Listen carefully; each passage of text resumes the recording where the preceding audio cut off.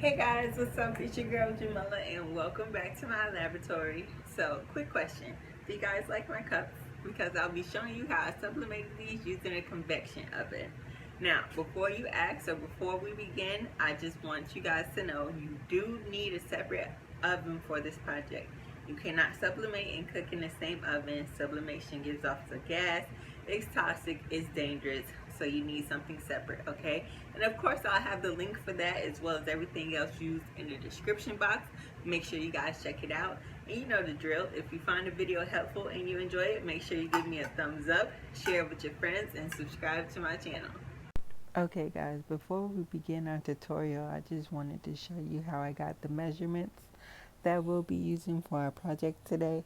I just basically took some measuring tape and measured my project.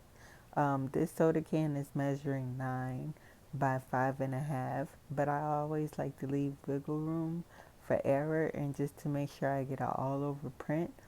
So I'm actually using 11 by 17 paper. So the width of my project is going to be 11, and I'll make it like an 11 by 6 design. And if I'm using text or images, I always just kind of take the measuring tape and lay it across like that, just to determine how big I want the text or the image to be. Okay, so now that we have that established, we're going to go ahead and go into canva.com and go into custom dimensions, and my dimensions are going to be 11 by 17 because that is the paper size I'll be using. And sublimation paper is pretty pricey, so if you can only afford to get one size at a time, I suggest getting an 11 by 17 because 11 by 17 is great for big projects, but if you need a smaller sheet for a smaller project, you can always cut it in half, and then you could have 8.5 by 11 size paper as well, so you could get two sizes out of one. So basically what I'm doing right now is I'm just picking the images that I want to use for my project, and I'm just sizing them according to the dimensions that I got from measuring my soda can and my 20-ounce skinny tumbler. And don't forget that when working with sublimation, you always need to flip your images. I've forgotten to flip my images so many times. I actually just have it as a setting in my printer. So my printer actually automatically flips my images for me. Now you can fit 3 of your soda can designs on one 11 by 17 piece of paper. And once you have all your designs, you're just going to go ahead and download and save. Now when we're ready to print, we're just going to change a few things in our printer settings. I'm using 11 by 17 paper, so that's a tabloid size. So I'm just going to change my size to tabloid. And then for paper type, you always want to do premium presentation matte. For output quality, I'm going to put high, and then I'm going to make sure that my borderless printing is on. And these are the settings that I'm using. I'm also using Cosmos ink and koala paper. Your settings may vary depending on your ink and your paper, but these is kind of like the standard sublimation print settings. And I just want you guys to know mistakes will be made. So I suggest you get a few extra tumblers so you can practice on until you get it down packed, okay?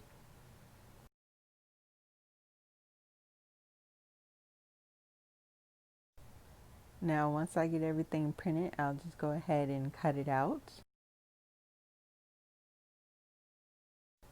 So now I'm going to take my 12-ounce soda can. Of course, you have to take the top off before you put it in the oven. And I'm just going to wrap my design around it.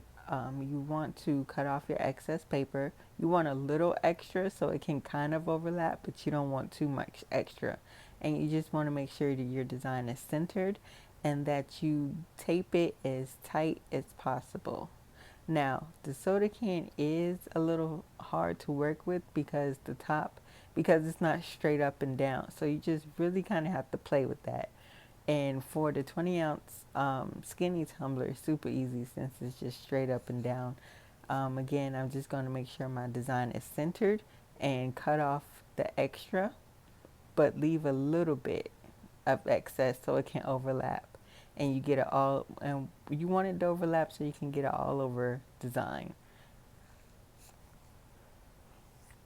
So I'm just going to make sure my design is centered and that is straight, and then I'm just going to tape that part together, and then I'm going to tuck the top extra paper inside the cup, and that's just how I make sure the rim gets sublimated as well.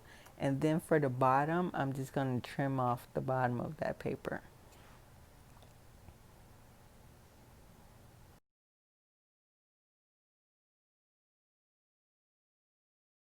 Now, once everything is wrapped and trimmed, I'm just going to place it inside my shrink wrap and take my heat gun and then just shrink the shrink wrap to my mug. You want it nice, tight, and smooth. Because remember, sublimation is about pressure and temperature, okay? And the shrink wrap is what's giving the pressure for your design. So you want it as tight as possible. And while I'm doing everything, I have my convection oven preheating at 450 degrees. Make sure you have a thermometer in there so you can get an accurate reading. I have it at 450 because when you open the door, of course, the heat gets out and your temperature lowers. But once I put my mugs in, I go ahead and drop the temp to 400, and I left it in there for about 4 minutes. Now, depending on where you get your blanks from, your time will vary. But a good rule of thumb that I've learned is that when you can see your image through the paper like this, you can go ahead and take it out.